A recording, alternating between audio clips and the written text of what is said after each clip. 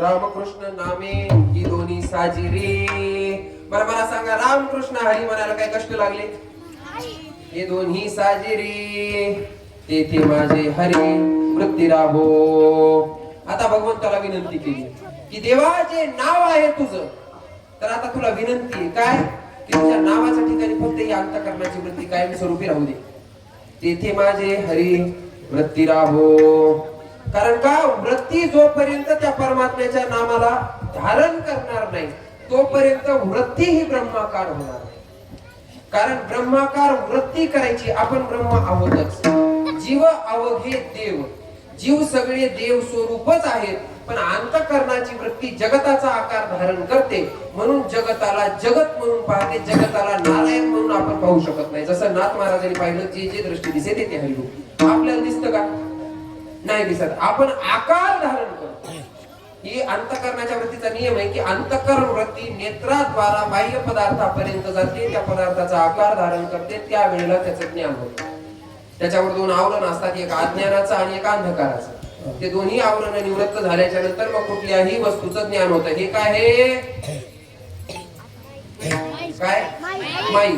तुमची वृत्ती जोपर्यंत याचा आकार धारण करत नाही तोपर्यंत याचं ज्ञान होत नाही. तसं वृत्तीला सांगितलं, ही वृत्ती जोपर्यंत त्या नामापर्यंत जाणार नाही तोपर्यंत आपल्याला भगवत साक्षात्कार होणार नाही. म्हणून तेथे माझे हरी वृत्ती राहो.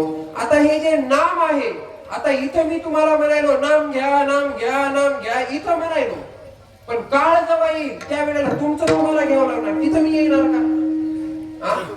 तुम्ही मरू लागला समजा, तसं मरणार नाही पण मरू लागला, मग मला फोन लावतात का, महाराज आम्ही मरायला तुम्ही या, म्हणजे तुम्ही आलात म्हणजे तुम्ही आम्हाला म्हणा, मग नाम घ्या, मग आम्ही नाम घेतो. पण पहिला एकदा असंच झालं, एक जण मरायला टेकलं, ते मरूनच गेलं. पण टेकलं कुठं? मरायला टेकलं. आणि मग मला फोन आला, म्हणे महाराज आमच्या बाबाचे लय हाल व्हायलेत, म्हणे त्याचा जीवच जाईना. काय होईना? जीवच जाईना. तुम्ही या बरं जरास. मी त्याला फोनवरच म्हणलं, मी तिथे येऊन काय गळा दाबू का तुझ्या बाबाचा? काय करू मी तिथे येऊन? नाही नाही म्हणे, तसं नाही, गळा नका दाबू म्हणे, पण मी असं ऐकलंय म्हणे तुम्ही ज्याही गावात कीर्तनाला जातात, ज्याही गावामध्ये कथेला जातात, तुम्ही व्यासपीठावर गेले की लाईट जाते, असं ऐकलं म्हणे मी. मग तुम्ही जर दवाखान्यात आले तर माझ्या बाबाचा जीव काऊन जाणार नाही?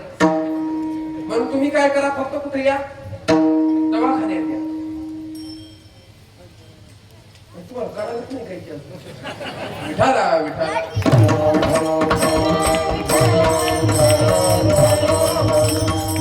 पत्रिकेत दोष आहे.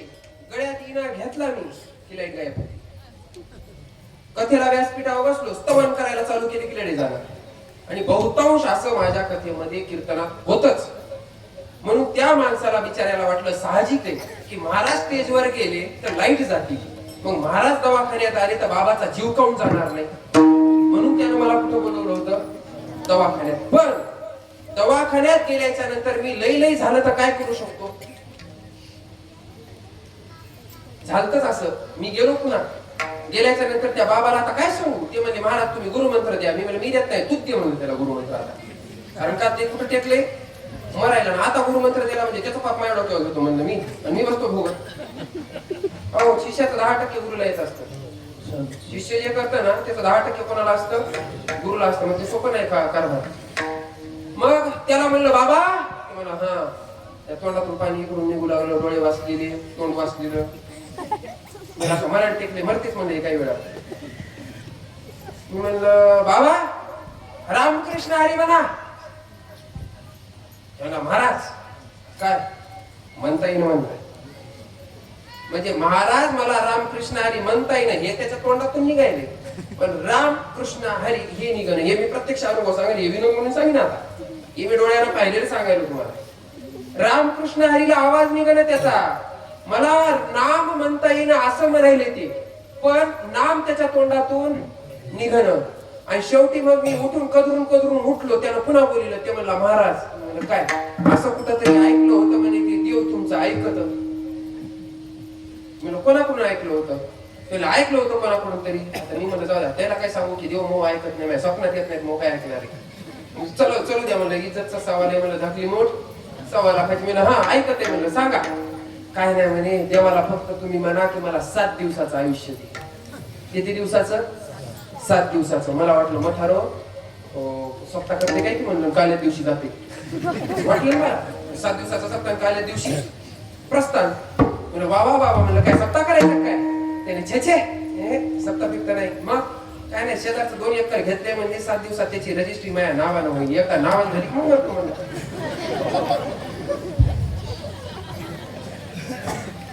आयुष्यभर ज्यानं नामच घेतलं नाही ते आता अंतकाळाला नाम घेते का? नाही तर कोणी म्हणू शकतं महाराज आम्ही आयुष्यभर संसार करतो, मग अंतकाळाला रामकृष्ण हरी म्हणतो, रामाच्या धामाला निघून जातो.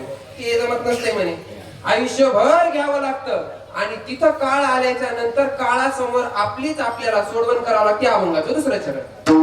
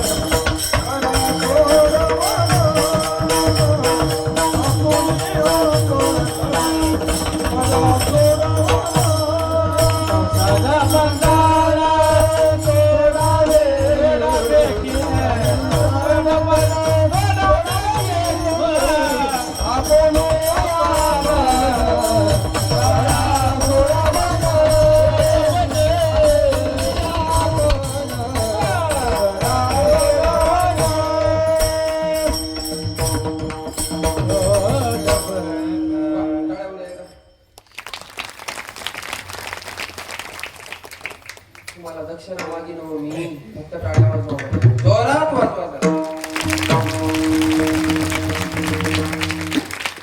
सांगितलं नाम घ्या आणि नाम घेऊन आपल्याला या संसारातून काय करून घ्यावं लागणार आहे? सोडवण करून घ्यावं लागणार नाही. तिथं कोणीही सोडवायला येणार नाही. तुका म्हणे तुला सोडविना कोणी एका चक्रपाणी वाचोनिया. म्हणून त्या भगवंताचं आतापासून नाव घे म्हणजे इंद्रियाला वळण पडतं. आता जर नाम घेतलं तर अंतकाळाला तो स्मरण, अंतकाळाला त्याचं नाव येईल आणि भलेही ज्ञानापर्यंत जरी नाही गेलो तर आपण तर अधोगती तर होणार नाही. एकदा आपण जन्माला येऊ, पण जन्माला आल्याच्या नंतर तिथं ज्ञान होईल, पण नरकात तर जाणार नाहीत ना. नरक तर आपला काय होईल?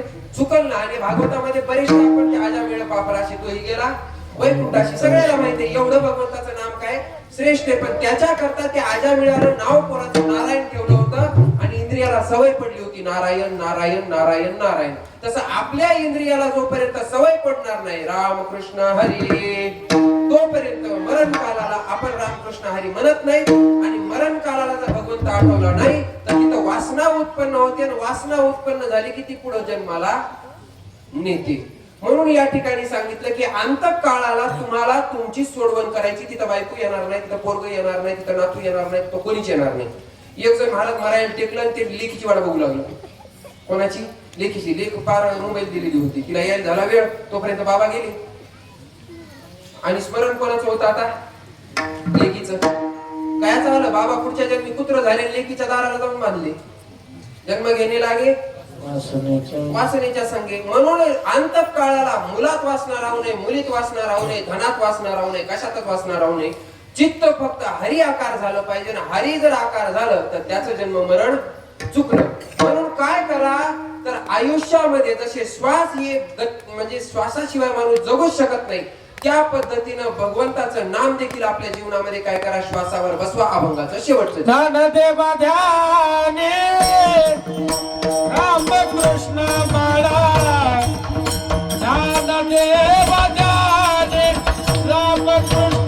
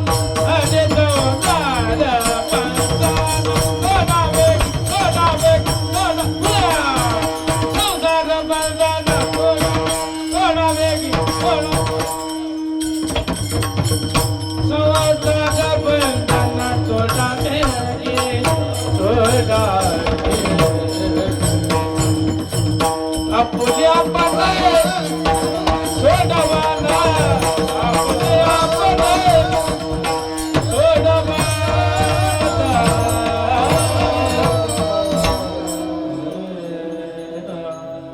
विठोबा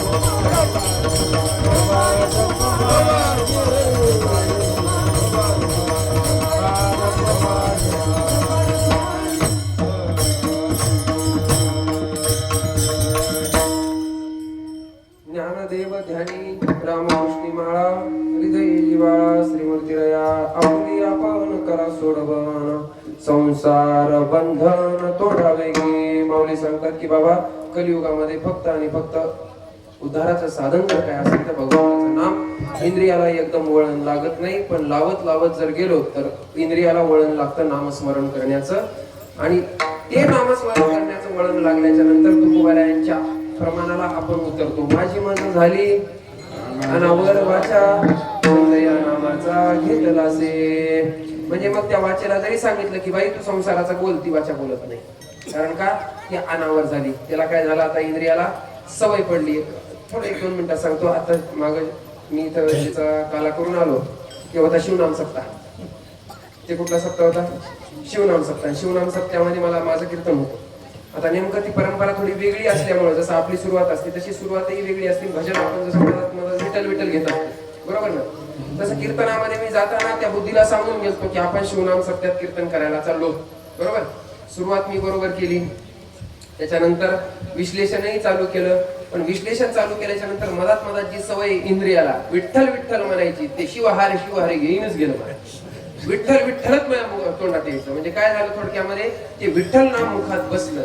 म्हणजे याचा अर्थ असा नाही की मी तुकाराम महाराजाच्या प्रमाणाला उतरलो. ते फक्त इंद्रियाला तेवढ्या काळापुरतं वळण लागलं. पण ज्या वेळेला पांडुरंग ध्यानी पांडुरंग मनी जागृती स्वप्नी पांडुरंग अशी ज्या वेळेला अवस्था तयार होईल माझी, त्या वेळेला मग शरीरात कोणत्याही क्षणाला जाऊ द्या, मला चिंता नाही. मग एक तर शरीर कीर्तनात गेलं तरच मी कुठं जाईन, परमधामाला. आणि जर समजा घरी गेलो मी टीव्ही बघत बघत, तर तिथं कुठे इठल म्हणणार आहे मी. मग त्या इंद्रियाला आत्तापासून मला काय लावावं लागल, सवय लागावं लागल. आणि मग ती सवय अशी होती जशी माळ चालती आपली, जशी माळ चालती ना त्या पद्धतीने श्वासाची एक माळ आहे. सासू की माला पे सिमरू में, या श्वासाच्या माळेवर मग ते नाम काय होतं, बसतं. आणि असं नाम बसलं की 100% आपली काय झाली, त्या संसार बंधनातून सुटका झाली असं समजायचं. म्हणून हे मनुष्य शरीर संसार बंधनातून मुक्त होण्याकरता आपल्याला प्राप्त झाले.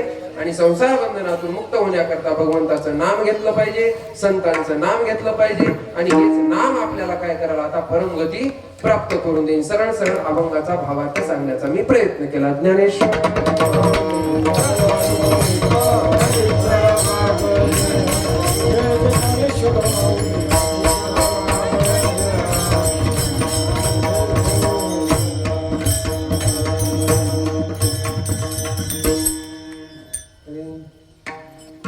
रामकृष्ण नामे हे दोन्ही साजरी, तिथे माझे हरिभक्ती राहो. आपुली आपण करा सोडवन संसार बंधन तोडा वेगी यथामती यथा अवकाश. ज्या पद्धतीने सद्गुरू महाराजांनी या बुद्धीला प्रेरणा दिली त्या पद्धतीने तुम्हा सर्व संत मंडळीची सेवा करण्याचा प्रयत्न केला. बोलण्याच्या ओघामध्ये इकडचा तिकडचा एखादा शब्द निघून गेलेला असेल तर तो वाणीचा दोष समजायचा आणि याच ठिकाणी सोडून द्यायचं. जे काही चांगलं असेल तर माझ्या पदरचं मी काही सांगितलेलं नाही. सगळं जे काही आहे ते माझ्या गुरु महाराजांचं आहे. ते सर्व श्रेय माझ्या गुरु महाराजांना जातं. आणि त्याचबरोबर या ठिकाणी सर्व हे जे बाळगोपाळ आहेत, जे की आतापासून जर ते संप्रदायामध्ये आले महाराज, तर पुढे चालून तर लय मोठे मोठे कीर्तनकार, मोठे मोठे गायक होणार आहेत. म्हणून त्या लेकरांकरता एकदा जोरात टाळ्या होते. त्याचबरोबर या ठिकाणी उपस्थित सर्व गुणीजन मंडळी, आता मला प्रत्येकाचं नाव माहिती नाही म्हणून इनेकरी बाबापासून तर या बाबापर्यंत सर्वांकरता एकदा जोरात टाळ्या होत्या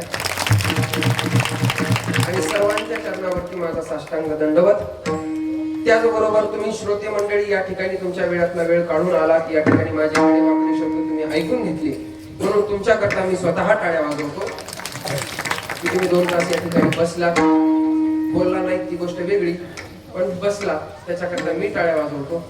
त्याचबरोबर शिष्टीमाले दादा त्यांच्याकरता एकदा जोरात टाळ्या होत्या. त्याचबरोबर ज्यांनी सुंदर अशी पखवाजाची साथ दिलेली आहे तुमच्या इकडचं म्हणजे बीड जिल्ह्याचं वैभव गोरख महाराज गायकवाड यांच्याकरता जोरात एकदा टाळ्या होत्या. त्याचबरोबर जसं आता 2 जिल्ह्याचं वैभव इथे एकत्र बसलेले, बीड जिल्हा आणि परभणी जिल्हा. परभणी जिल्ह्याचं वैभव असणारं गंगाप्रसाद महाराज सामाले ते देखील या ठिकाणी उपस्थित आहेत, त्यांच्याकरता टाळ्या होत्या. त्याचबरोबर धर्माबाजून आमचे नारायण महाराज आलेले त्यांच्याकरता टाळ्या होत्या. त्याचबरोबर ज्यांचं लाईव्ह चालू आहे चॅनल त्या दादांकरता एकदा जोरात टाळ्या. चॅनल भक्ती 7 या चॅनल वरती कथाही म्हणजे कथाही शूट करायला लागले ते आणि कीर्तनही त्यांच्या चॅनल वरती ते शूट करायला म्हणून श्रीदादा करता एकदा जोरात टाळ्या होत्या. त्याचबरोबर कोणी हुकून चुकून राहिले का माझ्याकडून नाव घ्यायचं. हरिभक्त पारायण परभणी जिल्ह्याचं वैभव ज्यांचा आवाज गोड आहे म्हणजे त्यांचं आडनाव बी साखरेचे, साखरेसारखा ज्यांचं आडनाव आहे तसे अशा हरिभक्त पारायण श्वेताताई साखरे यांच्याकरता जोरात टाळ्या होत्या. त्याचबरोबर कोणी विसरलं का. जोरदार मामा विसरली ना. जसं मी ते खाली वाकलो त्यांना जाणव मला वारे वा सगळ्यात माहित नाही घेतले म्हणून दोन्ही चोपदारा करता जोरात टाळ्या होत्या.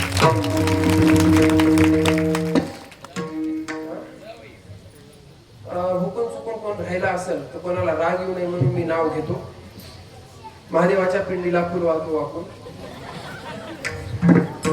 महादेवाचं कारण का मग लग्न नाही झालं म्हणून मला नाव घ्या कोणी म्हणत नाही म्हणून मी प्रत्येक कीर्तनात घेत असतो. आपली हाऊस पेरून घ्यायची नाही, जावयाला लेख दिल्याच्या नंतर मोठा महादेवाच्या पिंडीला फुल वाहतो वाकून आणि सगळ्याचेच नाव घेतो. चोपदार मामाचा मान राखतो. राहिला प्रश्न माझा तर मी मॅच वाजून घेतो